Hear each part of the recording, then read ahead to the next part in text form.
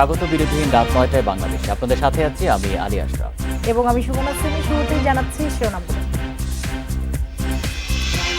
Gas বিদ্যুতের দাম বাড়ানো হবে আত্মঘাতী বলছেন ব্যবসায়ী নেতারা। সরকারকে বেকায়দায় ফেলার উদ্যোগ বলে অভিযোগ।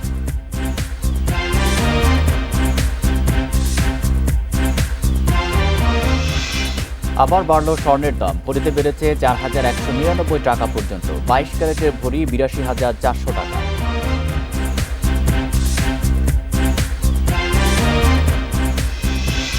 কুমিল্লা সিটি নির্বাচনের প্রতিটি ভোট কেন্দ্রে থাকছে সিসি ক্যামেরা। সিদ্ধান্তকে স্বাগত জানিয়েছেন প্রার্থী ও ভোটাররা।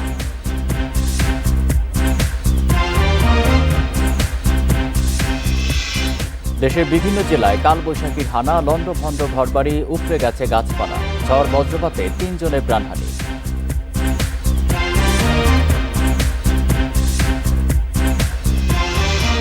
ভারতে বাংলাদেশি তরুণী ধর্ষণ মামলায় টিকটক হৃদয় সহ ৭ জনের যাবজ্জীবন কারাদণ্ড, আরও ৪ আসামির সাজা।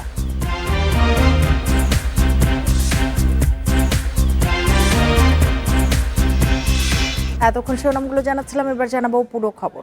গ্যাস বিদ্যুতের দাম বাড়ানো সরকারের জন্য আত্মঘাতী সিদ্ধান্ত হবে বলে মনে করছেন ব্যবসায়ীরা। শনিবার রাজধানীর মতিঝিলে বিসিসিআই কার্যালয়ে সংবাদ সম্মেলনে এই কথা বলেন নেতারা। তাদের অভিযোগ, সরকারকে বেকায়দায় ফেলতে এ উদ্যোগ নেওয়া হয়েছে। ইউক্রেন রাশিয়ার যুদ্ধের কারণে অস্থির বৈশ্বিক অর্থনীতি, দেশেও বাড়ছে মূল্যস্ফীতি। এর মধ্যে বিদ্যুৎ ও গ্যাসের দাম বাড়ানোর চিন্তা করছে কর্তৃপক্ষ। শনিবার এর বিরুদ্ধে প্রতিক্রিয়া জানান ব্যবসায়ী নেতারা। সংবাদ সম্মেলনে ব্যবসায়ীরা বলেন, এমনিতেই জিনিসপত্রের দাম বাড়ছে, তার ওপর গ্যাস বিদ্যুতের দাম বাড়লে উৎপাদন খরচ বাড়বে, যার প্রভাব পড়বে ভোক্তার ওপর। ইন্ডাস্ট্রিগুলোতে ভায়াবল হবে না, ইনফ্লেশন কিন্তু আরো বেশি হয়ে যাবে, আনএমপ্লয়মেন্ট কিন্তু আরো চলে যাবে। সরকারের সংশ্লিষ্ট কর্তা ব্যক্তিরা অন্তত জিনিসটা অনুধাবন করেন এবং যৌক্তিক পর্যায়ে কোনো একটা সিদ্ধান্ত ওনারা যদি নেন আমাদের কোনো আপত্তি থাকবে না, কিন্তু এইভাবে অযৌক্তিক ভাবে ওনারা যদি কিছু চাপিয়ে দেন তাতে আমাদের কিছু করার নাই। এফবিসিসিআই সভাপতির মন্তব্য, বিদ্যুৎ ও গ্যাসের দাম না বাড়িয়ে এই খাতের দুর্নীতি বন্ধ করা উচিত। বলেন, জ্বালানির দাম বাড়ানোর সিদ্ধান্ত আসতে হবে রাজনৈতিকভাবে, আমলাদের থেকে নয়। বিদ্যুৎ খাত পার্ক আইনের বিধান অনুযায়ী স্বচ্ছতা, মানসম্মত দক্ষতা এবং জবাবদিহিতা সরকারের সুচারুভাবে পরিচালিত হচ্ছে না, বরং এই খাতের সর্বত্র অদক্ষতা, যথেচ্ছ অনিয়ম, অস্বচ্ছতা স্পষ্ট হয়ে উঠেছে। এই আইনের বিপরীতে পরিচালিত হচ্ছে। শিল্প কারখানায় অবৈধ গ্যাস লাইন বন্ধে সরকারকে এফবিসিসিআই সহযোগিতা করবে বলেও জানান সংগঠনটির নেতারা। Shahid Ahmed, independent news, Dhaka. ৪ দিনের ব্যবধানে আবারও বেড়েছে স্বর্ণের দাম। এবার ভরি প্রতি বাড়ছে ৪,১৯৯ টাকা পর্যন্ত। এতে ভালো মানের বা ২২ ক্যারেটের এক ভরি স্বর্ণের দাম বেড়ে দাঁড়াচ্ছে ৮২,৪০০ টাকা। ২১ ক্যারেটের স্বর্ণের দাম ছাড়িয়েছে ৭৮,৭০০ টাকা, আর ১৮ ক্যারেটের দাম ৬৭,৫০০ টাকা। আগামীকাল থেকে এই দামে স্বর্ণ বিক্রি হবে বলে জানিয়েছে জুয়েলার্স সমিতি। দেশের ইতিহাসে এর আগে কখনোই এত দামে স্বর্ণ বিক্রি হয়নি। সমিতির এক বিজ্ঞপ্তিতে জানানো হয়েছে, রাশিয়া ইউক্রেন যুদ্ধ ও বৈশ্বিক অর্থনৈতিক পরিস্থিতি এবং মুদ্রাবাজারে মার্কিন ডলার ও অন্যান্য মুদ্রার দাম বাড়ায় স্বর্ণের দামও বাড়ানো হয়েছে। এর আগে মঙ্গলবার ১,৭৫০ টাকা বাড়িয়ে ২২ ক্যারেটের এক ভরি স্বর্ণের দাম ধরা হয়েছিল ৭৮,২৩৯ টাকা।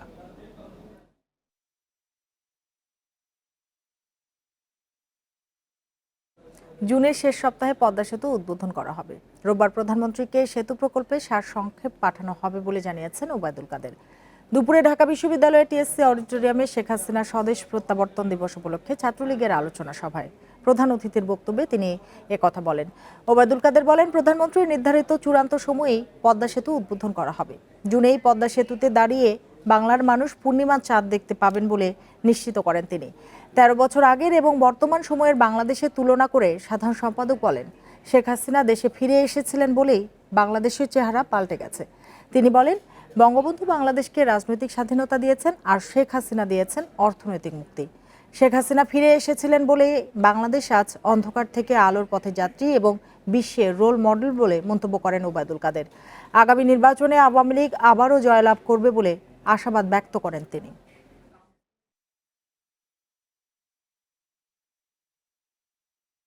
বঙ্গবন্ধু মুজিবের কন্যা সেই বজ্রকণ্ঠ নিয়ে বলেছিলেন, বিশ্বব্যাংক চলে গেল আমাদের টাকা দিয়ে আমরা পদ্মা সেতু নির্মাণ। পদ্মা সেতু থেকে দাঁড়িয়ে বাংলার মানুষ পূর্ণিমার চাঁদ দেখতে পাবে।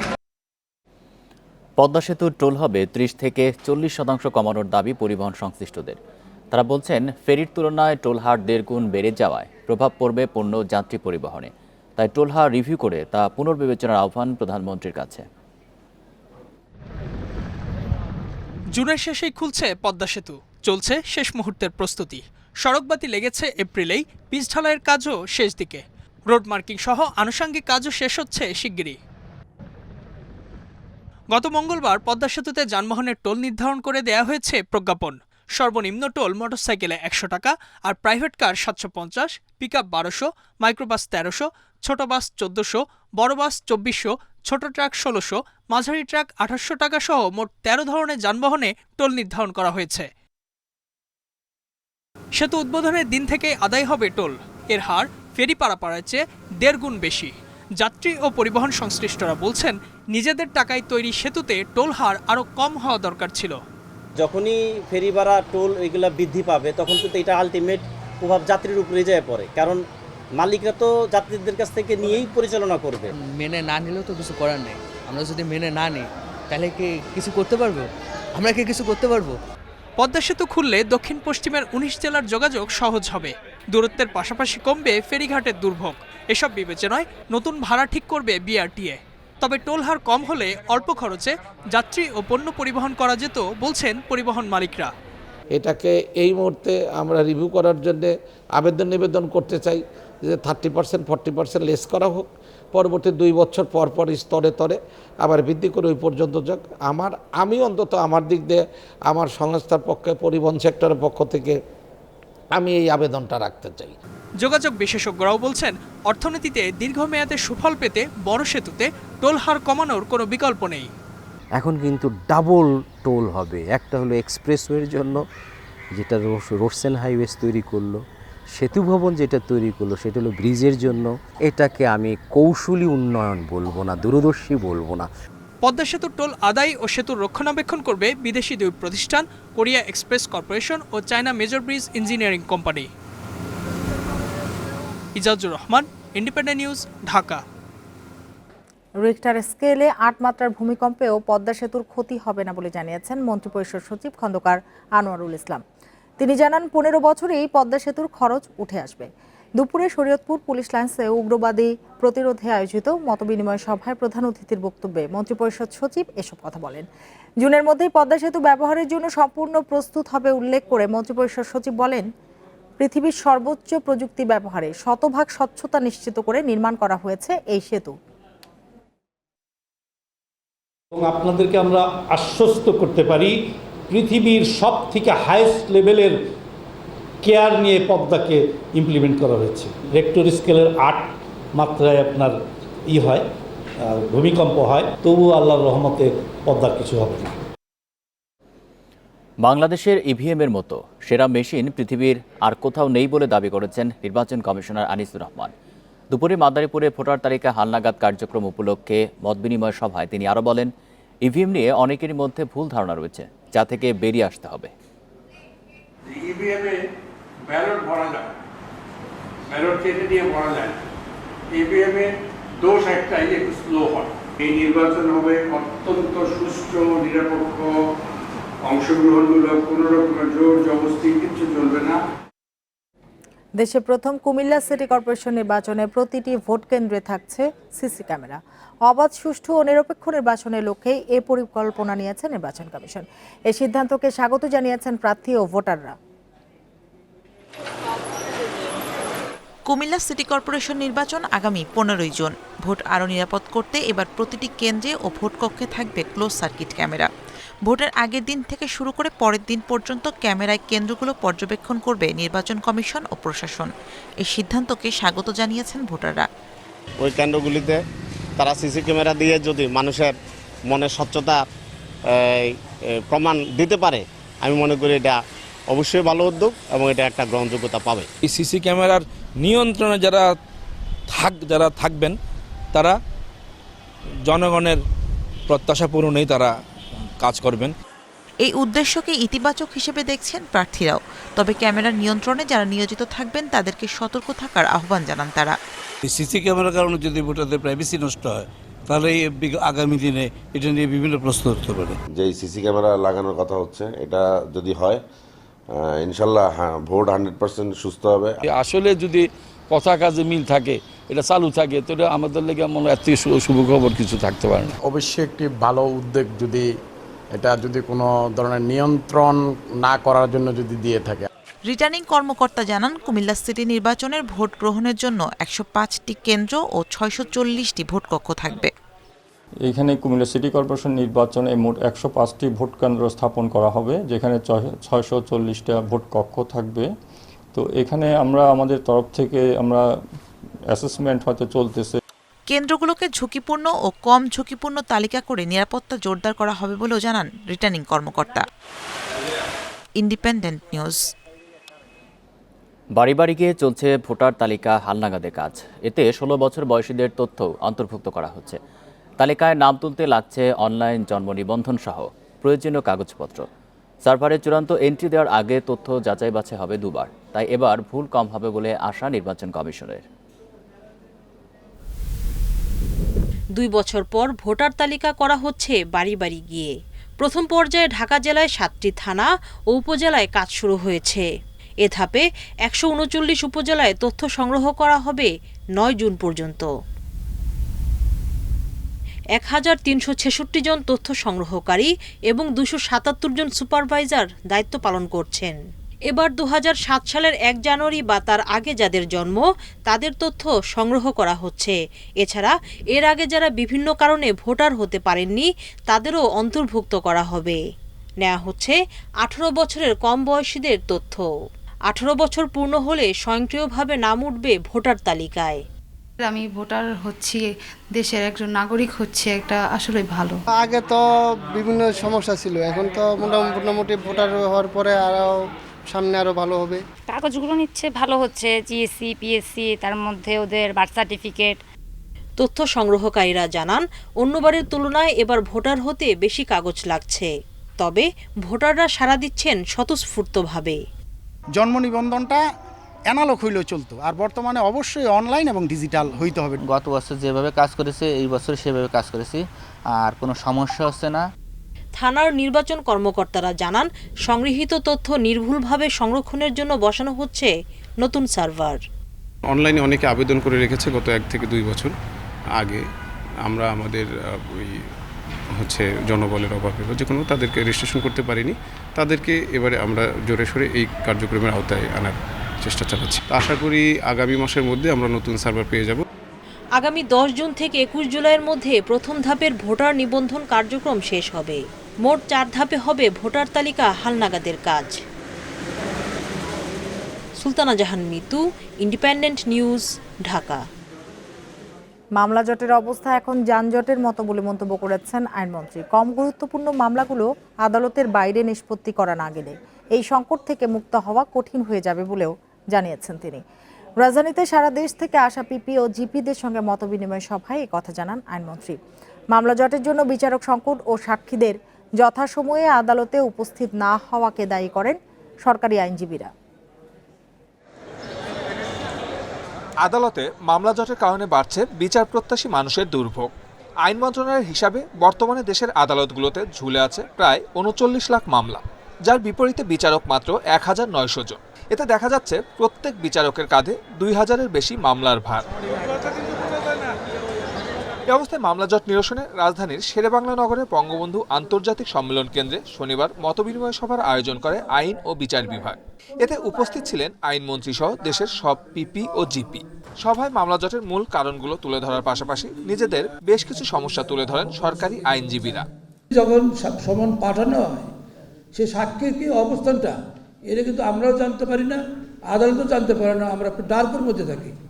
সেক্ষেত্রে যদি একটা প্রতিবেদন পাঠানো হয় যে সাক্ষীর কী অবস্থা, সাক্ষী না আসার কারণে মাসের পর মাস বছরের পর বছর কিন্তু এই মামলাগুলো ঝুলে থাকছে। মামলার এত চাপ কোর্ট নিতে পারে না এবং ইস্যুর জন্য 8টা 10টা 12টা করে ডেট যায়। ক্রিমিনাল মামলাগুলো নিষ্পত্তি করতেই ওনাদের সারাদিন চলে যায়, শেষে এসে যখন সিভিল মামলা ধরেন তখন আর সময় থাকে না। শুধু সিভিল আপিল নিষ্পত্তির জন্য একজন অ্যাডিশনাল ডিস্ট্রিক্ট জাজ নিয়োগ দেওয়া হবে। দীর্ঘ প্রায় 4 ঘন্টা তাদের বক্তব্য শোনেন আইনমন্ত্রী। পিপি ও জিপিদের পরামর্শ আমলে নিয়ে কম গুরুত্বপূর্ণ মামলাগুলো আদালতের বাইরে সমাধানের জন্য বাদী বিবাদীদের উৎসাহিত করার নির্দেশনা দেন তিনি।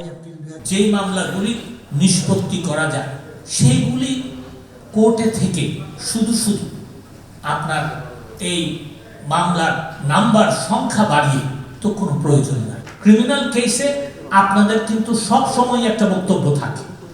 আপনারা যদি বলে দেন যে এই মামলা তো তারা নিষ্পত্তি করে আসতে পারে, আপনি এইটা দিয়ে দেন, তাহলে কিন্তু জজ সাহেবও একটু সাহস পাবে। অনুষ্ঠানে আগামী 25 মে বার কাউন্সিলের নির্বাচনে আওয়ামী লীগ সমর্থিত প্যানেলকে নির্বাচিত করার বিষয়েও দিক নির্দেশনা দেন মন্ত্রী। Suman Tanvir, independent news, Dhaka. দেশের বিভিন্ন জেলায় তাণ্ডব চালিয়েছে কালবৈশাখী। এ সময় গাছের নিচে চাপা পড়ে বগুড়ায় 2 জন এবং বজ্রপাতে ঝিনাইদহে 1 জনের মৃত্যু হয়েছে। এছাড়া লণ্ডভণ্ড হয়ে গেছে ঘরবাড়ি, ফসলের ক্ষয়ক্ষতি ও গাছপালা পড়ে গেছে। অনেক জায়গায় খুঁটি উপড়ে বিচ্ছিন্ন রয়েছে বিদ্যুৎ সংযোগ। শনিবার ভোরে হঠাৎই কালবৈশাখী ঝড়ের তাণ্ডব, মুহূর্তেই শুরু হয় বজ্রসহ বৃষ্টিপাত। ভোরে মাঠে কাজ করার সময় ঝিনাইদহের শৈলকুপা উপজেলার কুলচারা গ্রামে বজ্রপাতে রূপসী খাতুন নামে এক নারীর মৃত্যু হয়। এ সময় আহত হয় তার স্বামী। এছাড়া ঝড়ের তাণ্ডবে লণ্ডভণ্ড হয়ে যায় কালীগঞ্জ উপজেলার এনায়েতপুর, রঘুনাথপুর, পিরোজপুর ও খোসালপুর সহ 10টি গ্রাম। লক্ষ্মীপুরে কালবৈশাখী ঝড়ে লণ্ডভণ্ড হয়েছে বেশ কিছু ঘরবাড়ি। সকাল থেকে ঝড়ের তাণ্ডবে অফিসগামী মানুষ ও স্কুলগামী শিক্ষার্থীদের চরম ভোগান্তি পোহাতে হয়। এছাড়া ব্যাপক ক্ষয়ক্ষতি হয় পাকা ধান সহ সয়াবিনের। যশোরে কালবৈশাখী ঝড়ে আম ও লিচু গাছের ব্যাপক ক্ষতি হয়েছে। ক্ষতিগ্রস্ত হয়েছে শতাধিক ঘরবাড়ি। বেশ কিছু এলাকায় বিচ্ছিন্ন হয়ে যায় বিদ্যুৎ সংযোগ। করলার টাল, পটলের টাল সব ভেঙে ছিঁড়ে গেছে, করলা মরলা ছিঁড়ে গেছে। তারপরে আপনার ওই আপনার ঘর বাড়ি অনেক টিন মিন উড়ে গেছে, গরু বছরের ক্ষয়ক্ষতি হয়েছে। ঝড়ে প্রচুর ক্ষতি হয়ে গেছে, করলার মাছা মাটির সাথে মিশে গেছে। আজকেই তো এই ব্যক্তি 5,000 টাকা বেচতে পারত। সকাল থেকে ভারী বৃষ্টি হয় মেহেরপুরেও। ঝড়ের তাণ্ডবে উড়ে যায় বেশ কিছু ঘরবাড়ি। এছাড়া তার ছিঁড়ে বিদ্যুৎ বিচ্ছিন্ন হয়ে পড়েছে কিছু এলাকা।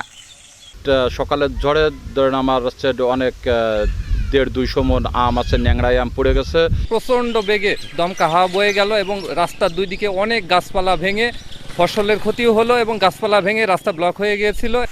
নোয়াখালীতে ঝড়ো হাওয়া আর বৃষ্টিতে ধানের ব্যাপক ক্ষতি হয়েছে। ফসল পানিতে তলিয়ে যাওয়ায় মাথায় হাত কৃষকের। এছাড়া 2 ঘন্টার ঝড়ে জেলা শহর সহ বিভিন্ন স্থানে উপড়ে পড়ে গাছপালা। Shamima Rahman, independent news. আগামী 1 সপ্তাহ সারা দেশে কালবৈশাখী বয়ে যাওয়ার আশঙ্কা রয়েছে। সেই সাথে মাঝারি থেকে ভারী বর্ষণের পূর্বাভাসও দিচ্ছে আবহাওয়া অফিস। এই সময় কিছুটা কমবে গরম, তবে 28 মের পর থেকে আবারও বাড়তে পারে তাপমাত্রা। সারা দেশে কালবৈশাখী ঝড় ও বৃষ্টি বেড়েছে। এর ফলে আগামী কয়েকদিন সারা দেশে তাপমাত্রা 2 ডিগ্রি সেলসিয়াস পর্যন্ত কমতে পারে বলে আভাস আবহাওয়া অধিদপ্তরের। আগামী 7 দিন দেশের বিভিন্ন স্থানে কালবৈশাখীর পূর্বাভাস দিয়েছে সংস্থাটি। কালবৈশাখীর যে প্রবণতাটা সেটা দেশের উত্তরাঞ্চল, বিশেষ করে ঢাকা, রাজশাহী, রংপুর, ময়মনসিংহ, সিলেট বিভাগে এর প্রবণতাটা একটু বেশি থাকবে, আর দেশের দক্ষিণাঞ্চল অপেক্ষাকৃত প্রবণতা কম থাকবে। বৃষ্টি বাড়তে পারে সিলেট, সুনামগঞ্জ সহ হাওর অঞ্চলে। 24 তারিখ পর্যন্ত কোথাও কোথাও ভারী বর্ষণের সম্ভাবনা আছে। এরপর হাওর অঞ্চলের জন্য বিশেষ করে যে 24 তারিখের পর হয়তো 4-5 দিন একটা গ্যাপ তৈরি হতে পারে, তখন বৃষ্টিপাতটা অনেকটাই কমে যাবে। রংপুর, রাজশাহী, ঢাকা, ময়মনসিংহ, সিলেট ও চট্টগ্রাম বিভাগের অনেক জায়গায় এবং খুলনা ও বরিশাল বিভাগের কিছু কিছু জায়গায় অস্থায়ীভাবে দমকা ও ঝড়ো হাওয়ার সঙ্গে বজ্রসহ বৃষ্টি হতে পারে বলে জানিয়েছে আবহাওয়া office. Nahid Kamal, independent news. Surma ও কুশিয়ারার পানি কমলেও দুর্ভোগ বাড়ছে সিলেট ও সুনামগঞ্জের বন্যার্তদের। বিশুদ্ধ পানি ও খাবার সংকটে পানিবন্দী 7 লাখ মানুষ। আশ্রয়কেন্দ্রে মিলছে না পর্যাপ্ত খাবার। এদিকে সুনামগঞ্জে 2টি উপজেলা স্বাস্থ্য কমপ্লেক্স পানিতে ডুবে যাওয়ায় ব্যাহত হচ্ছে চিকিৎসা সেবা। সুরমা ও কুশিয়ারা নদীর পানি কমলেও বিপদসীমার ওপর দিয়ে বইছে এখনো। নদীর পানি কমায় সিলেটের দুর্গত এলাকা থেকে পানি ধীরে ধীরে নামছে, তবে দুর্ভোগ কমেনি বন্যার্তদের। সিলেটে প্রায় 4 লাখ মানুষ পানিবন্দী অবস্থায় রয়েছেন। কাজে যেতে না পারায় পরিবার পরিজন নিয়ে অনাহারে দিন কাটছে অনেকের। ঘরবাড়ি ডুবে অনেকেরই ঠাঁই হয়েছে আশ্রয় কেন্দ্রে, কিন্তু সেখানেও মিলছে না পর্যাপ্ত খাবার। আমি আর এক বাচ্চা থাকছি, আমি খুব কষ্টে বাচ্চা কাচ্চা নিয়ে আসছিলাম। চাউল ডাউল নাই, রান্দাবাড়ি নাই, হেবাইতে আসছিলাম, রাইতে হেবাইতে খাইছি। 2-1 দিনের মধ্যে বন্যা পরিস্থিতির উন্নতি হতে পারে বলে জানিয়েছে পানি উন্নয়ন বোর্ড। কুশিয়ারা নদীর অমলসিদে প্রায় 1.5 মিটার উপর দিয়ে এখনো প্রবাহিত হচ্ছে, কিন্তু আস্তে আস্তে কমে যাচ্ছে পানির লেভেল, বেশ কমেছে। বেশ কয়েকটা স্থানে বাঁধ ভেঙে গেছে, কারণ আমাদের বাঁধের যে হাইট, এই হাইটের চেয়ে, এই এলিভেশনের চেয়ে পানির হাইট এবার অনেক বেশি ছিল। সুনামগঞ্জের বিশ্বম্ভরপুর উপজেলায় পরিস্থিতির উন্নতি হলেও নতুন করে প্লাবিত হয়েছে শান্তিগঞ্জ উপজেলার 10 গ্রাম। সেখানে পানিতে তলিয়েছে বাড়িঘর ও বোরো ধান। সর্বস্ব হারিয়ে এখন ত্রাণের অপেক্ষায় মানুষ। গরম প্রতিবন্ধী রয়েছি, চাল নাই, ডাল নাই, রান্তাছি না, খাইতেও পারতাছি না। আমরা কালকে স্কুলে উঠছি, স্কুলেও খানি অনেক কিচ্ছু পাইছি না। তবে দুর্গতদের ত্রাণ সহায়তা দেওয়া হবে বলে জানিয়েছেন জেলা প্রশাসক। যারা নিম্নায়ন মানুষ তাদেরকে মানবিক সহায়তা দিচ্ছে, এবং যদি কোনো উচ্চ আয়ের অর্থাৎ মধ্যম আয়ের কোনো মানুষও যদি প্রয়োজন হয়, তাহলে আমরা শুকনো খাবার, রান্না করা খাবার তাদেরকে আমরা দেবো। আমরা খোঁজখবর রাখছি। সুনামগঞ্জের ছাতক ও দোয়ার বাজারে 2টি উপজেলা স্বাস্থ্য কমপ্লেক্স পানিতে ডুবে যাওয়ায় চিকিৎসা সেবা ব্যাহত হচ্ছে। সোহেলি জাহান, ইন্ডিপেন্ডেন্ট নিউজ। মাত্র 5 মিলিমিটার বৃষ্টিতে তলিয়ে গেছে চট্টগ্রাম নগরীর বেশ কিছু নিচু এলাকা। এর ফলে চরম ভোগান্তিতে পড়তে হয়েছে ঘরের বাইরে যাওয়া নানা পেশার লোকজনকে। আর এমন পরিস্থিতির জন্য চট্টগ্রাম সিটি কর্পোরেশনের উদাসীনতাকে দায়ী করছেন নগরবাসী। অন্যদিকে জলাবদ্ধতা নিরসন প্রকল্পের দায়িত্ব পাওয়া প্রতিষ্ঠানের অদক্ষতাকে দুষছে সিটি কর্পোরেশন। শনিবার সকাল 8:30টার দিকে হঠাৎ করেই প্রচণ্ড ঝড়ো হাওয়া সহ শুরু হয় মুষলধারে বৃষ্টি। চলে প্রায় 1 ঘন্টা। এতে নগরীর নালা নর্দমা উপচে পানি জমতে থাকে মূল সড়কে। কোমর সমান পানিতে তলিয়ে যায় নগরীর 16 শহর 2 নম্বর গেট, মুরাদপুর, বহদ্দারহাট, বাকলিয়া সহ নানা এলাকা। ফলে কাজের জন্য বের হওয়া লোকজন ও স্কুল কলেজগামী শিক্ষার্থীদের পড়তে হয় চরম ভোগান্তিতে। বাধ্য হয়ে ময়লা পানিতে নেমে পড়েন অনেকে। বাইরে এখন না, বাসার থেকে 2 ঘন্টা 3 ঘন্টা গেছে, অনেক কষ্টের বিনিময়ে এই পর্যন্ত আসলাম। এই ড্রেনে নিয়মিত কাজ হচ্ছে না, ওরা কন্টিনিউ কাজ করতেছে না, সেজন্যই তো এই অবস্থা। এ সময় ইঞ্জিনে পানি ঢুকে পথেই থেমে যায় কিছু সিএনজি অটোরিকশা, মাইক্রোবাস ও কার। নগরীর জলাবদ্ধতার এই সংকটের জন্য দীর্ঘদিন ধরে নালা নর্দমা পরিষ্কার না করাকে বড় কারণ হিসেবে দেখছেন ভুক্তভোগীরা। বৃষ্টির মধ্যে বাজে গেছে, মালিকে বলবো বৃষ্টির মধ্যে নামাইতেছে কেন, আর না নামাই তো ক্ষতি নাই। নগরীর জলাবদ্ধতা নিরসনে অন্তত 4 বছর আগে কাজ শুরু করেছিল চট্টগ্রাম উন্নয়ন কর্তৃপক্ষ সিডিএ, কিন্তু এখনও তার সুফল পাচ্ছে না নগরবাসী। আর সিডিএকে এই কাজে অদক্ষ দাবি করে সিটি কর্পোরেশন বলছে তাদের হাতে এত বড় দায়িত্ব দেয়ায় মাসুল গুনতে হচ্ছে নগরবাসীকে।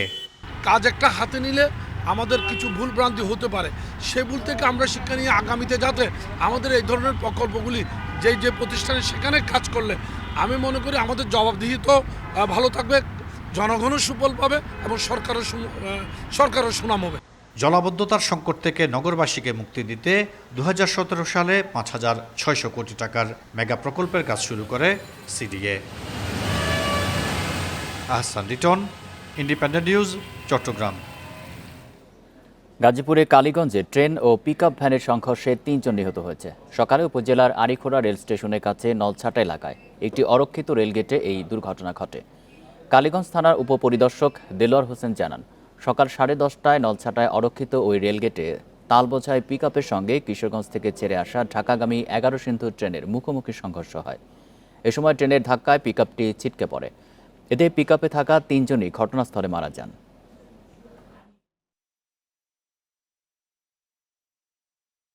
রেলগেটে কোনো গেটার ছিল না, তো না থাকার কারণে এই ট্রেনের সাথে অ্যাক্সিডেন্ট হয়ে আমার ভাই জাকির অ্যাক্সিডেন্ট মারা যায়। এখানে প্রায় সময়ই অ্যাক্সিডেন্ট হয়, দেখা যায় অনেক লোক এখানে মারা যায়, এখানে কোনো গেটম্যান নাই। এই দুর্ঘটনায় 3 জন লোক ট্রাকে ছিল, 3 জনই মারা গেছেন। আমরা তাদের আইডেন্টিফাই করতে পারছি। টানা 30 দিন মৃত্যুহীন থাকার পর 24 ঘন্টায় করোনায় একজনের মৃত্যু হয়েছে। এ সময় করোনা শনাক্ত হয়েছে 16 জনের। শনিবার স্বাস্থ্য অধিদপ্তরের নিয়মিত সংবাদ বিজ্ঞপ্তিতে জানানো হয়েছে 24 ঘন্টায় দেশে ৩,৯২৭ জনের নমুনা পরীক্ষা করা হয়েছে। পরীক্ষার বিপরীতে রোগী শনাক্তের হার 0.41%। আগের দিন এই হার ছিল 0.60%। সংক্রমণের শুরু থেকে এখন পর্যন্ত দেশে 19,53,204 জনের শরীরে করোনা সংক্রমণ হয়েছে। এর মধ্যে সুস্থ হয়েছেন 19,747 জন, আর এখন পর্যন্ত মোট মৃত্যু হয়েছে 29,128 জনের। 2020 সালের 8 মার্চ দেশে প্রথম করোনা সংক্রমণ শনাক্ত হয়। ভারতের বেঙ্গালুরুতে বাংলাদেশি তরুণীকে ধর্ষণের মামলায় আলোচিত টিকটক হৃদয় সহ 7 জনকে যাবজ্জীবন কারাদণ্ড দিয়েছে দেশটির আদালত। রাজ্যের বিশেষ আদালতে শুক্রবার এই রায়ে আরও 4 আসামিকে বিভিন্ন মেয়াদে কারাদণ্ড দেওয়া হয়েছে।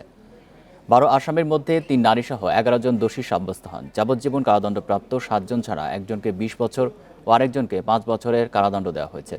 অভিযুক্ত অন্য 2 জনকে 9 মাসের জেল ও মামলার সাক্ষী হওয়ায় একজনকে খালাস পেয়েছেন। দণ্ডপ্রাপ্ত ব্যক্তিরা সবাই বাংলাদেশি। তারা হলেন চাঁদ মিয়া ওরফে সবুজ, মোহাম্মদ রিফাদুল ইসলাম ওরফে বাবু ওরফে টিকটক হৃদয়, মোহাম্মদ আলামিন হোসেন ওরফে রাফসান মণ্ডল, রকিবুল ইসলাম ওরফে সাগর, মোহাম্মদ আবু শেখ, মোহাম্মদ ডালিম ও আজিম হোসেন। গত বছরের 27 মে 22 বছর বয়সী বাংলাদেশি ওই তরুণী বেঙ্গালুরুতে নির্যাতন ও ধর্ষণের শিকার হন। ওই ঘটনার ভিডিও ভাইরাল হলে খবরের শিরোনাম হয়।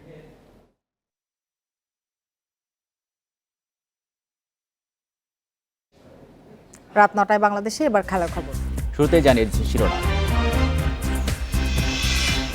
আইসিসি চেয়ারম্যান গ্রেগ বার্কলি ঢাকায় আসছেন কাল। ক্যারিবীয় সফরে থাকছেন না মুশফিক। হজ পালনের ছুটি মঞ্জুর বিসিবির।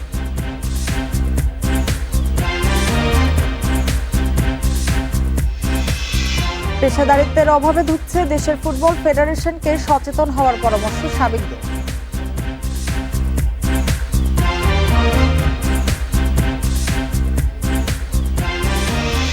একদিনের সফরে কাল বাংলাদেশে আসছেন ICC chairman Greg Barclay. West Indies সফরে যাচ্ছেন না মুশফিকুর রহিম। হজ পালনের ছুটি মঞ্জুর করেছে বিসিবি। শরীফুল তাসকিনের ইনজুরিতে ক্যারিবীয় সফরে মোস্তাফিজকে দলে রাখার পক্ষে ক্রিকেট অপারেশনস প্রধান। সে বিষয়ে সিদ্ধান্ত আসবে দ্রুত।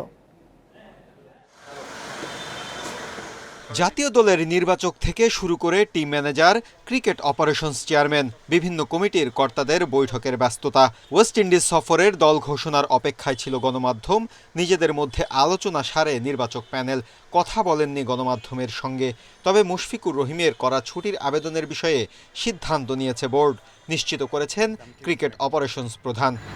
চিঠি দিয়েছে, সে হজে যাচ্ছে খুব সম্ভবত 22 তারিখ থেকে, জুনের 22 তারিখ থেকে ইজ নট অ্যাভেলেবল। তা যেহেতু একটা হজ একটা পবিত্র জিনিস, আমাদের একটা ধর্মীয় মিশনালের ব্যাপার, আমরা তাকে মানা করিনি। সো আমি বলছি ইউ ক্যান প্রসিড। ইনজুরিতে তাসকিন, শরীফুলও সেই মিছিলে সামিল। পেস আক্রমণে ভারসাম্য রাখতে কপালে ভাঁজ পড়েছে নির্বাচকদের। ওয়েস্ট ইন্ডিজ সফরে মুস্তাফিজকে ছাড়া দল নির্বাচন কঠিনই বটে। আমরাও চাচ্ছি না, not only Mustafiz, most of the fast bowler যারা আছে, মোস্ট অফ দেম তারা ইনজুরি প্রোন থাকে ফাস্ট বোলাররা। তো এইখানে এই জায়গাটা আমরা চাইবো যে একটু রোটেট করে খেলানোর জন্য। তো মুস্তাফিজ তো চাচ্ছিল না খেলতে, আমরা বলছি যে খেলতে হবে, বিকজ এখন দেখেন আমাদের দুটো ফ্রন্টলাইন বোলার নাই, খুব ইম্পর্টেন্ট দুটো বোলার নাই। আমরা মনে করি যে মুস্তাফিজের সার্ভিস ইজ ভেরি ইম্পর্টেন্ট এখানে। রোববার সংক্ষিপ্ত ও সৌজন্য সফরে বাংলাদেশে আসবেন আইসিসি চেয়ারম্যান। দেশের ক্রিকেট কাঠামো ঘুরে দেখবেন তিনি। শেখ হাসিনা ইন্টারন্যাশনাল স্টেডিয়াম আছে, ওইখানেও সফর আছে তার। উনি হয়তো ওটা দেখতে যাবেন, কিছু আলাপ আলোচনা হবে। ওনাদের সাথে একটা ডিনার আছে আমাদের কালকে সন্ধ্যার সময়। আর 23 তারিখে উনি খেলা দেখবেন। জুনে ওয়েস্ট ইন্ডিজে 2টি টেস্ট ও 3 ম্যাচের টি-20 ও ওয়ানডে সিরিজ খেলবে বাংলাদেশ দল। Mahfuzul Islam, independent news, Dhaka. শ্রীলঙ্কার বিপক্ষে 2 টেস্টের পর জুনে পূর্ণাঙ্গ সিরিজ খেলতে ওয়েস্ট ইন্ডিজ সফরে যাবে বাংলাদেশ। দেশের মাটিতে স্পিনাররা মূল ভূমিকা রাখলেও বিদেশে পেসারদের দিকে তাকিয়ে থাকতে হয়। সাবেক পেসার নাজমুল হোসেন বলছেন, অ্যালান ডোনাল্ডের পরামর্শে আরও ভালো করার সামর্থ্য আছে টাইগার পেসারদের। ঘরের মাঠে শ্রীলঙ্কা সিরিজ, একদিন পরে শুরু হচ্ছে Dhaka test. Chittagong test draw হলেও টাইগার স্পিনারদের শিকার 15 উইকেট। হোম গ্রাউন্ডে দেশের সাফল্যের জন্য বরাবরই তাকিয়ে থাকতে হয় স্পিনারদের দিকে। ঠিক এই কারণে দেশের বাইরে বছরের পর বছর ধুঁকতে হয়েছে টাইগারদের। কিন্তু সবশেষ 2 সিরিজে নিউজিল্যান্ড ও সাউথ আফ্রিকার মাটিতে টাইগার পেসারদের ভিন্ন চেহারা দেখেছে ক্রিকেট বিশ্ব। জুনে ওয়েস্ট ইন্ডিজ সফরে যাবে বাংলাদেশ। 2018 সালের সবশেষ সফরে ওয়ানডে ও টি-20 সিরিজ জিতলেও টেস্টে ছিল ভরাডুবি। অ্যান্টিগাতে ক্যারিবীয় পেসার কেমার রোচ আর শ্যানন গ্যাব্রিয়েলের বোলিং তোপে দুমড়ে মুষড়ে যায় টাইগাররা। স্কোরবোর্ডে সর্বনিম্ন 43 রানে অল আউটের দুঃসহ স্মৃতি গ্লানিকর অভিজ্ঞতা হয়ে থাকবে। অ্যালান ডোনাল্ডের কোচিংয়ে ইতিবাচক পরিকল্পনা বাংলাদেশের। এবাদত খালেদ রাহিতে ভরসা খুঁজবে দল, তারপরও আশাবাদী সাবেক পেসার ও কোচ নাজমুল হোসেন। ডোনাল্ডের মতো একটা ওয়ার্ল্ড ক্লাস একজন প্লেয়ার ছিল, এখন কোচ হিসাবে আছে, তো এটা কিন্তু ওদের ডোনাল্ডের কাছ থেকে বের করে নিতে হবে যে আসলে আমি ও একদম একটা কোচ একটা মানে এমনভাবে একজনের সাথে একজনের কমিউনিকেশন থাকা উচিত যাতে ওর ফেস দেখলে বুঝতে পারে যে আসলে ও কি চিন্তা করতেছে। নিজেকে ফিট রেখে মাঠে ধারাবাহিক থাকা পেসারদের বড় চ্যালেঞ্জ, দায়িত্বশীল হওয়ার পরামর্শ নাজমুল হোসেনের। তো আমার কাছে মনে হয় যে তাসকিন, মুস্তাফিজ, শরীফুল ওরা যারা আরও ডে বাই ডে ওরা ওয়ার্ল্ড ক্লাসের দিকে যাচ্ছে। আমি বলবো না যে এখন হয়ে গেছে, বাট ওরা যাচ্ছে, বাট এই জন্য এদেরকে এনাফ সময় দেওয়া লাগবে। দেখা গেছে একটা সিরিজে আমার এই ফলটা হচ্ছে, তখন এই ফলটা নিয়ে কাজ করবো। নেক্সট সিরিজে দেখা গেছে আরেকটা জিনিস হচ্ছে, তো নতুন নতুন জিনিস কিন্তু আসে, তো এগুলো নিয়ে কাজ করাটা খুবই জরুরি। জুনে ওয়েস্ট ইন্ডিজের বিপক্ষে 2 টেস্ট, 3 টি-20 ও 3 ওয়ানডে খেলবে বাংলাদেশ। 16 জুন অ্যান্টিগাতে প্রথম টেস্টে মুখোমুখি হবে দু দল। Farida Bakhtiara, independent news. ক্লাবগুলোতে পেশাদারিত্বের চর্চার অভাবে কাঙ্ক্ষিত উন্নতির পথে হাঁটছে না দেশের ফুটবল। একই সাথে ফুটবলার ও ক্লাবের মাঝে রয়েছে বোঝাপড়ার ঘাটতি। নিজেদের বিষয়েও সচেতন হতে পারছে না বেশিরভাগ ফুটবলার, যে কারণে মেধাবী ফুটবলারের কাছ থেকেই আশানুরূপ পারফরমেন্স পাওয়া থেকে বঞ্চিত হচ্ছে জাতীয় দল। চিহ্নিত বিষয়গুলো নিয়ে এখনই সচেতন হওয়ার পরামর্শ সংশ্লিষ্টদের। জাতীয় দলে ধূমকেতুর মতো আগমন তার, মুদ্রার ওপিঠ দেখতেও লাগেনি বেশি সময়। নিজের তারকা খ্যাতির নিয়ন্ত্রণ রাখতে না পারা রবিউলের উত্থান আর পতনের গল্প সবারই জানা। বেখেয়ালি জীবনযাপন আর ফুটবলে অমনোযোগী রবিউল 2017-18 মৌসুমে আরামবাগের জার্সিতে জেতেন স্বাধীনতা কাপ। পরের মৌসুমেই উচ্চ মূল্যে নাম লেখান বসুন্ধরা কিংসে। অনিয়ন্ত্রিত জীবনযাপনের অভিযোগে থিতু হতে পারেননি বসুন্ধরায়। একই অভিযোগে বিদায় নিতে হয় মোহামেডান থেকেও। জাতীয় দলে ফেরার সুযোগ ক্ষীণ। রবিউলের এই গল্প অনেক ফুটবলারের জন্যই বড় সতর্কবার্তা। মাঠে ও মাঠের বাইরে শৃঙ্খলা ভঙ্গের অভিযোগে নানান সময়ে সংবাদের শিরোনাম হয়েছেন জাতীয় দলের একাধিক তারকা। বিষয়গুলো সামগ্রিকভাবে ক্ষতিগ্রস্ত করে দেশের ফুটবলকে। আর এমন বাস্তবতার নেপথ্যের কারণ হিসেবে ব্যক্তি ফুটবলারের পাশাপাশি ক্লাব কাঠামোর কাঙ্ক্ষিত উন্নতি না হওয়াকে দায়ী করেন সংশ্লিষ্টরা। ক্লাব এবং প্লেয়ারের ডিসিপ্লিন এটা মাস্ট, এটা ফর অল ক্লাব। আপনি যদি মানে সার্ভে করেন দেখবেন কোনো ক্লাবই ডিসিপ্লিন ছাড়া চ্যাম্পিয়ন হয় না। খেলোয়াড়দের একটা আছে যে খেলোয়াড়রা ভালো খেলতে পারলে পয়সা আসবে, ভালো টিমে যেতে পারবে, এবং অনেকে এটা অপব্যবহার করেছে, অনেকে আবার সেটাকে ইউজ করার জন্য আপ্রাণ চেষ্টা করছে এবং তারা কিন্তু ধরে রেখেছে। সামগ্রিক ফুটবল কাঠামোর মধ্যে শৃঙ্খলা ফেরাতে এএফসির গাইডলাইন মেনে চলার পরামর্শ সাবেকদের। বলছেন ক্লাব লাইসেন্সিং সহ নানান বিষয়গুলো নিশ্চিতের কোনো বিকল্প নেই। পেশাদার যুগে আসলে খেলোয়াড়রা শতভাগ পেশাদার হয় নাই। আমরা অফিসিয়ালও যেরকম হতে পারি নাই, খেলোয়াড়ও কিন্তু হয় নাই। অনেক অবকাঠামোর কারণে আমরা অনেক কিছু দিতে পারি না খেলোয়াড়দের, আবার দেইও অনেক বেশি। একটা সার্টেন লেভেলের প্লেয়ারদের এই থেকে পরে চিন্তা করতে চায় না তারা, বা হতে চায় না, কারণ তারা মনে করে তাদের জায়গায় তারা রিচ করে গেছে। কিন্তু ফুটবলের তো একটা নির্দিষ্ট রেখার বাইরেও অনেক কিছু আছে, সেই জায়গাটায় তারা অনেকে যেতে চায় না। পার হয়েছে পেশাদার লীগের এক যুগ, তৈরি হয়নি পেশাদারিত্ব। দক্ষিণ এশীয় ফুটবলে শক্ত অবস্থান তৈরি করতে না পারা বাফুফের একটি বড় ব্যর্থতা বলেও মনে করেন অভিজ্ঞরা। Mahfuzul Islam, independent news, Dhaka. AFC কাপে ডি গ্রুপের ম্যাচে কলকাতার জায়ান্ট মোহনবাগানের কাছে 4-0 গোলে বিধ্বস্ত বাংলাদেশ চ্যাম্পিয়ন বসুন্ধরা কিংস। লিস্টন কোলাসোর হ্যাটট্রিক, অন্য গোলটি করেছেন ডেভিড উইলিয়ামস। সল্টলেক স্টেডিয়ামে বৃষ্টি বিঘ্নিত ম্যাচে কোনো প্রতিরোধ করতে পারেনি কিংরা। ম্যাচের শুরুতেই কালবৈশাখীর তাণ্ডব, সাবেক বন্ধ রাখা হয় ম্যাচ। এরপর কিংদের ওপর মোহনবাগানের আক্রমণের তাণ্ডব। 29 মিনিটের ব্যবধানে হ্যাটট্রিক কোলাসোর। শুরুতে সুযোগ পেয়েও কাজে লাগাতে পারেনি বসুন্ধরা। মালদ্বীপের মাজিয়া স্পোর্টসকে হারিয়ে মানসিকভাবে এগিয়ে থাকলেও সল্টলেকের ম্যাচে খেই হারিয়েছে কোচ অস্কার ব্রুজনের ছেলেরা। এদিকে আই লিগ চ্যাম্পিয়ন গোকুলাম কেরালার কাছে হেরে ডি গ্রুপের সবার নিচে থাকা মোহনবাগান পুরো করেছে তাদের লক্ষ্য। স্বাগতিক দর্শকদের উৎসাহ বাড়তি অনুপ্রেরণা দিয়েছে এটিকে মোহনবাগানকে।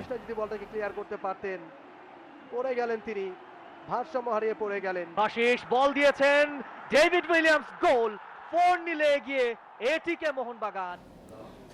এই ছিল খেলার খবরে। এবার ভিন্ন একটি প্রসঙ্গ।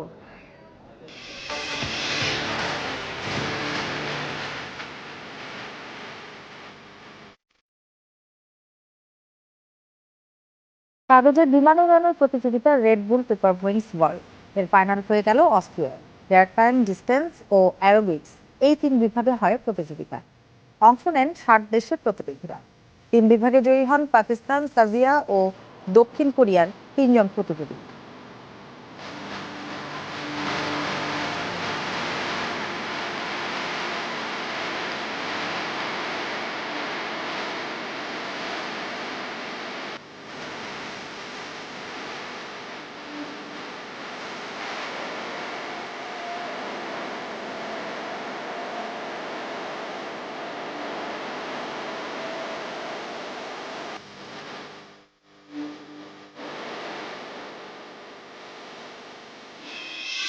আর এ নিয়ে প্রতিবেদন থাকবে সংবাদের শেষ অংশে। চলে যাচ্ছি পরের খবরটিতে। সিন্ডিকেট জটিলতায় 5 মাসে একজনও যেতে পারেনি মালয়েশিয়ায়। রাজধানীতে এক আলোচনায় ভাইরাস সিন্ডিকেট বাতিলের দাবি জানিয়েছে বিরোধীরা। বৈঠকে সংসদীয় কমিটির সভাপতি সাফ জানিয়েছেন, স্বচ্ছতার ভিত্তিতে এজেন্সি ঠিক না হলে কাউকেই পাঠাবে না বাংলাদেশ। 3 বছর বন্ধ থাকার পর গত বছরের ডিসেম্বরে খোলা হয় মালয়েশিয়ার শ্রমবাজার। এরই মধ্যে পেরিয়ে গেছে 5 মাস, কিন্তু এখনও কর্মী পাঠানোর প্রক্রিয়াই ঠিক হয়নি। জনশক্তি রপ্তানি ব্যবসায়ীদের অভিযোগ, জটিলতা তৈরি হয়েছে হাতে গোনা কয়েকটি এজেন্সিকে নিয়ে গড়ে ওঠা সিন্ডিকেটের কারণে। এই প্রথা বাতিল না হলে কেউ যেতে পারবে না মালয়েশিয়ায়। এ নিয়ে একটি গোলটেবিল বৈঠকে প্রতিযোগিতা আইন অনুযায়ী সব বৈধ এজেন্সিকে মালয়েশিয়ায় কর্মী পাঠানোর অনুরোধ জানান আলোচকরা। শত শত রিক্রুটিং এজেন্টকে নিয়ন্ত্রণ করতে পারবো না, আমাদের ট্রাস্ট কনফিডেন্স 25টার মধ্যে আসছে, আমরা 25টাকে নিয়ন্ত্রণ করব। তো সেটি যদি হয়ে থাকে সেটি শুধু 25টি কেন লিমিট হবে, সেটি 250 হওয়া উচিত, 500 হওয়া উচিত। আমি মনে করি এটাকে ওপেন করা উচিত। 1700 না হলেও 500, 700, 1000 একটা বড় সংখ্যা থাকলে এটি অবশ্যই মাইগ্রেশন কস্টকে রিডিউস করবে। মালয়েশিয়ার 14টা কান্ট্রি সোর্স কান্ট্রি হিসাবে অন্তর্ভুক্ত করা আছে। 13টা কান্ট্রি থেকে লোক নিচ্ছে একটা নিয়মে। বাংলাদেশে কেন ভিন্ন রকম নিয়ম হবে? এটা আমি আমাদের সরকার, আমাদের মাননীয় প্রধানমন্ত্রী এবং মালয়েশিয়ার প্রধানমন্ত্রীকে বিকৃতি করে একটা গোষ্ঠী কাজ করছে, তাদের বিচার হওয়া উচিত। সভায় বৈদেশিক কর্মসংস্থান সংক্রান্ত সংসদীয় কমিটির সভাপতি বলেন, মাত্র 25টি এজেন্সির মাধ্যমে কর্মী নিতে চায় মালয়েশিয়া। এটি না করে দেশটি শুধু কর্মী নিতে চাইলে এই সংকট তৈরি হতো না। কোনো এক্সপ্লেনেশন না দিয়ে 25 জন ব্যক্তিকে বা এজেন্সিকে যদি চুজ করা হয়, দেন ইট ইজ কোয়েশ্চেনেবল এবং ইট ইজ নট ট্রান্সপারেন্ট। এতে যদি ট্রান্সপারেন্ট না হয় সেই জিনিসটা আমরা অ্যাকসেপ্ট করা উচিত হবে না। 2016 সালে 10টি এজেন্সির মাধ্যমে মালয়েশিয়ায় কর্মী পাঠানো শুরু হয়। 18 সালে অতিরিক্ত অভিবাসন ব্যয় সহ নানা অনিয়ম ও দুর্নীতির অভিযোগে বাংলাদেশ থেকে কর্মী নেওয়া বন্ধ করে দেয় দেশটি। আল আমিন হোসেন, ইন্ডিপেন্ডেন্ট নিউজ, ঢাকা। কাগজের বিমান উড়ানোর প্রতিযোগিতা রেড বুল পেপার উইংস ওয়ার্ল্ডের ফাইনাল হয়ে গেল অস্ট্রিয়ায়। 7টি দেশের প্রতিযোগী নিয়ে বসে এবারের আয়োজন। 3টি বিভাগে বিজয়ী হয়েছেন পাকিস্তান, সার্বিয়া ও দক্ষিণ কোরিয়ার 3 প্রতিযোগী। কাগজে বিমান উড়ানোর ভিন্নধর্মী এক প্রতিযোগিতা। সম্প্রতি রেড বুল পেপার উইংস ওয়ার্ল্ডের মূল আসর অনুষ্ঠিত হয়ে গেল অস্ট্রিয়ায়। এবারের আসরে 7টি দেশের প্রতিযোগী অংশ নেন প্রতিযোগিতার ফাইনালে। এতে মোট 3টি বিভাগে প্রতিযোগিতা হয়ে থাকে। এগুলো হলো এয়ার টাইম, ডিস্টেন্স ও অ্যারোবেটিক্স। সবথেকে বেশি সময় 14.86 সেকেন্ড কাগজি বিমান ভাসিয়ে রেখে এয়ার টাইম বিভাগে বিজয়ী হয়েছেন পাকিস্তানের রানা মোহাম্মদ উসমান সাইদ। বেশিরভাগ প্রতিযোগীর বিমানকে বলা হচ্ছিল আকাশের রাজা, তাই আমার কাগজের বিমানের নকশায় ভিন্নতা এনেছি। তার ফলাফল হিসেবে এই বিভাগে বিজয়ী হয়েছি। প্রতিযোগিতায় সবচেয়ে বেশি 61.11 মিটার দূরত্বে কাগজে বিমান পাঠিয়ে ডিস্টেন্স বিভাগে নতুন রেকর্ড করে বিজয়ী হয়েছেন সার্বিয়ার লাজার ক্রিস্টিক। যেন স্বপ্নের মতো এই সময়টা, এই বিজয় উদযাপনের জন্য অধীর হয়ে অপেক্ষা করছি। এছাড়া অ্যারোবেটিক্স বিভাগে মোট 3 আঙ্গিকে কাগজে বিমানে কসরত দেখিয়ে বিজয়ী হয়েছেন দক্ষিণ কোরিয়ার সেউং হুন লি। এই বিভাগে তিনি অর্জন করেন 86 পয়েন্ট। এই অনুভূতি ভাষায় প্রকাশ করতে পারছি না। রেড বুলের থিমের জন্য বলতে চাই, এই পুরস্কার আমাকে একটা ডানা দিয়েছে। অনুভূতি প্রকাশের এটি সঠিক শব্দ। প্রতিযোগিতায় সবার নজর কেড়েছেন অ্যারোবেটিক্স বিজয়ী সেউং হুন লি। তিনি যখন তার বান্ধবীকে একটি কাগজে বিমান উপহার দিয়ে বিয়ের প্রস্তাব দেন, অত্যন্ত আবেগঘন হয়ে বিয়ের প্রস্তাবে সাড়াও দিয়েছেন তার বান্ধবী। Tahmid Abrar, independent news. ইউক্রেনের মারিউপোলে বিজয় ঘোষণা করেছে রাশিয়া। ইস্পাত কারখানার সব ইউক্রেনীয় সেনা আত্মসমর্পণ করেছে বলেও দাবি মস্কোর। শুক্রবার কারখানাটিতে অবস্থান করা শেষ 500 সেনা আত্মসমর্পণ করে। এ নিয়ে মোট 2400-র বেশি ইউক্রেনীয় সেনা মারিউপোলে আত্মসমর্পণ করেছে বলে জানিয়েছে রাশিয়ার বার্তা সংস্থা। এদিকে লোজাভা শহরের হাউস অব কালচারে রুশ মিসাইল হামলায় এক শিশু সহ 7 জন আহত দাবি কিয়েভের। রাশিয়াকে ইউক্রেনে ধ্বংসযজ্ঞের মূল্য দিতে হবে বলে সতর্ক করেছেন ইউক্রেনের প্রেসিডেন্ট ভলোদিমির জেলেনস্কি। এছাড়া বেসামরিক নাগরিক হত্যার দায়ে 21 বছর বয়সী রুশ সেনার যুদ্ধাপরাধের বিচার সোমবার পর্যন্ত স্থগিত করা হয়েছে।